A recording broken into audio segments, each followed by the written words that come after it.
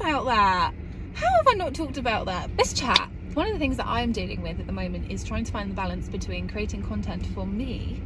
The thing that I'm thinking of doing, and something I've not seen spoken about perhaps as much, is what my role, where I sit, is more on the B2B side of social media rather than B2C.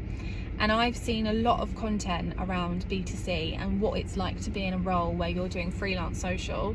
A lot of the content out there online does sit and sways more towards B2C, which is fine. And I think if you take a step back, that is one of the more, how can I put this? It's more appealing, right? Because you've got lots and lots of creative industries. You've got things that look very aesthetic. You've probably got products involved. Let's say you had a restaurant. Let's say you had a restaurant and you are a freelance social media manager, and you go and they have so many different things. They've got loads of different meals that you can create content around.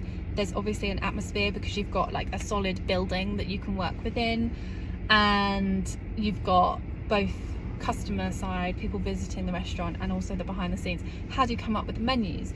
Are there themes? What ingredients are you using? Is it sustainably sourced? All of that side of things. It's very appealing, and we're all going to go to a restaurant, right? Whereas on the B2B side of things, sometimes it's not as, to put it simply, aesthetically pleasing. It's more service based. It can be other things as well, but there might not be a shiny aesthetic product to promote. And I'm thinking about drilling down a little bit into what that actually looks like, because also here I am sat in my bright pink jacket looking very like I'm a social media consultant. I feel like I look like my role today.